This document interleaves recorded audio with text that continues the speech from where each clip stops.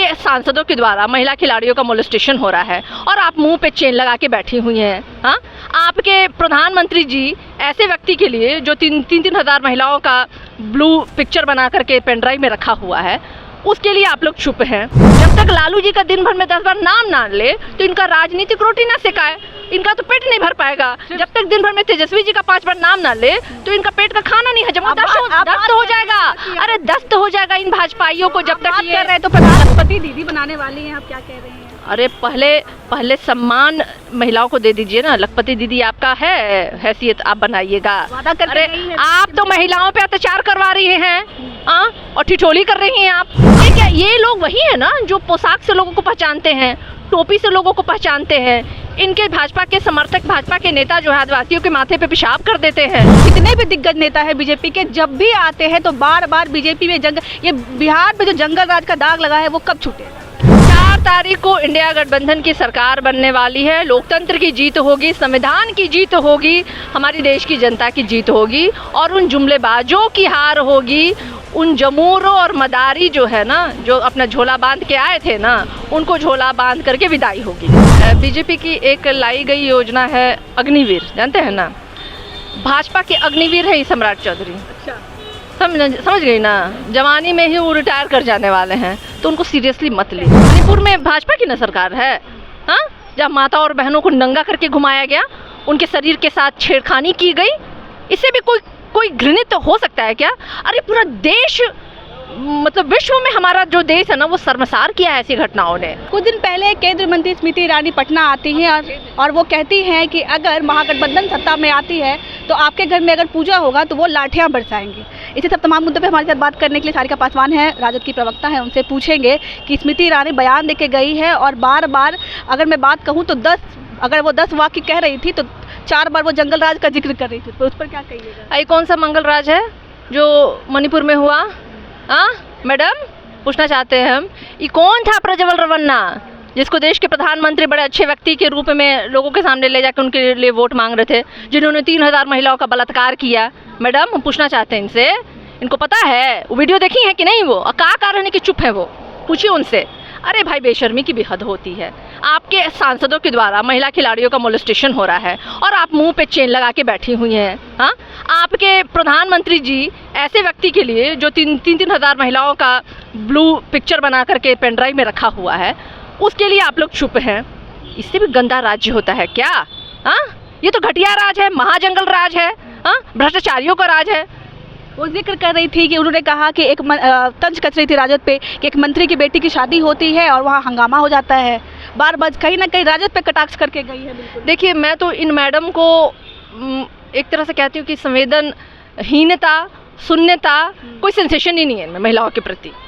ये लाभ की उस गद्दी पे बैठी हुई है ना, जहाँ इनको लगता है कि शरीर में ना अब कोई चीज़ का एहसास ही नहीं है इनको, इसलिए इनको एहसास नहीं हो रहा है कि महिलाओं पे जिस तरीके से गंदी हरकतें जो है, जिस तरीके से अत्याचार जो है। लखपति दीदी बनाने वाली हैं, आप क्या कह रहे हैं? अरे पहले सम्मान महिलाओं को दे दीजिए ना। लखपति दीदी आपका है हैसियत, आप बनाइएगा। अरे आप तो महिलाओं पे अत्याचार करवा रही हैं और ठिठोली कर रही हैं आप मजाक उड़ा रही है देश की महिलाओं का, आधी आबादी का। मैं तो कहती हूँ शर्म आनी चाहिए इस औरत को जो आके अनर्गल बयान दे करके चली जा रही है, और इसको तनिक शर्म नहीं है कि तरह अपने गिरबान में झाँक कर देख लो भाई कि क्या है तुम्हारी पार्टी का अस्तित्व, क्या है तुम्हारी पार्टी का महिलाओं के प्रति विचार, सोच। पार्टी का तो अस्तित्व है, राज पार्टी है, बड़ी पार्टी है बिल्कुल। तो ये तो ब्रजभूषण इन्हीं के पार्टी का था ना, जिसने महिला खिलाड़ियों का मोलेस्टेशन किया था। ये प्रज्वल रवन्ना के लिए यही ना प्रधानमंत्री जी वोट मांग रहे थे, जिसने 3000 महिलाओं का अश्लील वीडियो बना के रखा है। अब इससे भी बड़ा आपको चाहिए? मणिपुर में भाजपा की न सरकार है, हाँ, जब माता और बहनों को नंगा करके घुमाया गया, उनके शरीर के साथ छेड़खानी की गई। इससे भी कोई घृणित तो हो सकता है क्या?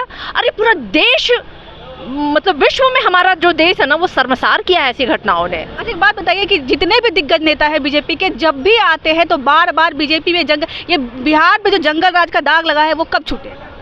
देखिए, बिहार में ना ये जो कुकृत्य करने वाले लोग हैं, भाजपा के नामित गुंडे, जो संपोषित गुंडों के द्वारा, अपने संपोषित गुंडे सांसदों के द्वारा लोगों पे जिस तरीके की हरकतें करवाते हैं, इनको क्या है ना कि अपना कोई नेकी और धर्म तो बचा नहीं है।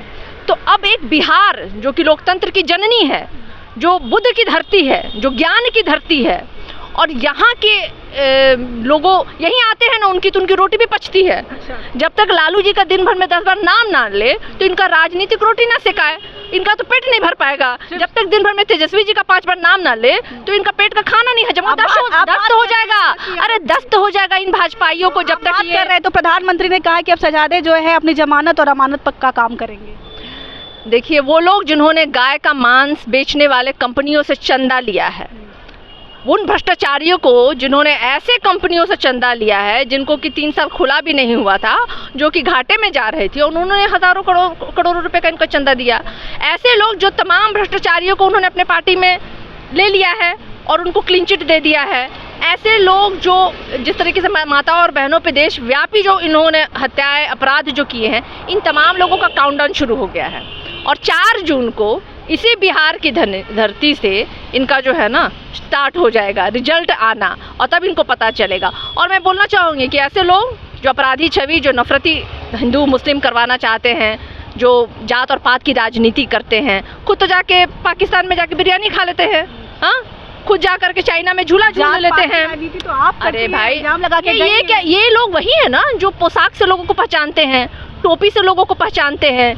इनके भाजपा के समर्थक, भाजपा के नेता जो है आदिवासियों के माथे पे पेशाब कर देते हैं, हाँ, दलित बच्ची का बलात्कार करके हत्या कर देते हैं। भाई अनगिनत उदाहरण, ये तो जंगल राज नहीं है, ये तो राक्षसी राज है। लेकिन भाजपा एमवाई का आरोप तो आप पर लगता है कि आप समीकरण लगा के। हम लोग A to Z की पार्टी है। हम लोग A to Z की पार्टी है। हमारे पार्टी में हर जाति, हर धर्म, हर समुदाय, महिला पुरुष सब लोग हैं। और यही कारण है कि बिहार में पिछले बार के चुनाव में भी आपने देखा कि बिहार में राष्ट्रीय जनता दल नंबर 1 की पार्टी बन के उभरी, और बहुत ऐतिहासिक नज़ारा आपको 4 जून को देखने को मिलेगा। बात पता, अगर आपके लिहाज से ऐसा क्यों है कि जितने भी बीजेपी के दिग्गज नेता है, अगर आप देखें, सभी बिहार आ रहे हैं, हर दूसरे दिन जो है उनकी रैली हो रही है, कि क्या लगता है, क्या माहौल है? देखिए, बिहार में एक नाम है, समझे, जिसका नाम है तेजस्वी यादव।